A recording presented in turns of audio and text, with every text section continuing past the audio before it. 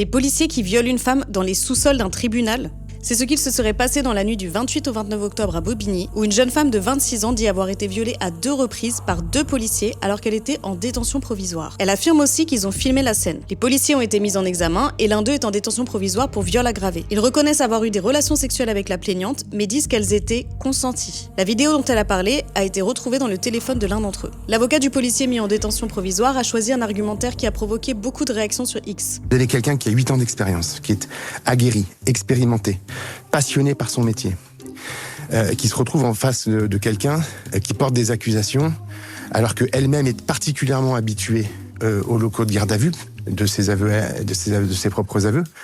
Elle est très souvent dans les locaux de garde à vue, très souvent dans les commissariats. L'acte, qui est reconnu par ailleurs par mon client comme étant un acte parfaitement consenti, aurait été commis sous la contrainte, sous prétexte que celui-ci est en uniforme. En gros, c'est elle qui l'a cherché, et puis c'est pas une femme très respectable, hein. Elle est en garde à vue tous les 4 matins. Vous voyez le genre. Alors que lui, il est passionné par son métier. Enfin pardon, mais depuis quand c'est normal d'avoir des relations sexuelles avec une personne écrouée quand on est policier? On parle d'une femme qui était littéralement enfermée et d'hommes qui représentent l'autorité qui l'a enfermée. Pour que cette situation entre dans les critères d'un consentement libre et éclairé, faut vraiment avoir de l'imagination, hein. C'est d'ailleurs ce qu'a dit la procureure de Paris sur France Info ce matin. Cette affaire pose la question des violences sexistes et sexuelles au sein de la police. Disclose a réalisé une enquête sur le sujet en 2025 et a retrouvé 429 victimes de violences sexuelles perpétrées par des policiers ou des gendarmes partout en France. Ces affaires, qui vont du harcèlement sexuel au viol, impliquent 215 fonctionnaires, tous grades confondus. Leur point commun, ils ont abusé de leur pouvoir pour arriver à leur fin et imposer le silence. Selon Disclose, le ministère de l'Intérieur laisse faire en toute impunité. Par ailleurs, l'argument du consentement serait celui qui reviendrait en boucle dans toutes ces affaires.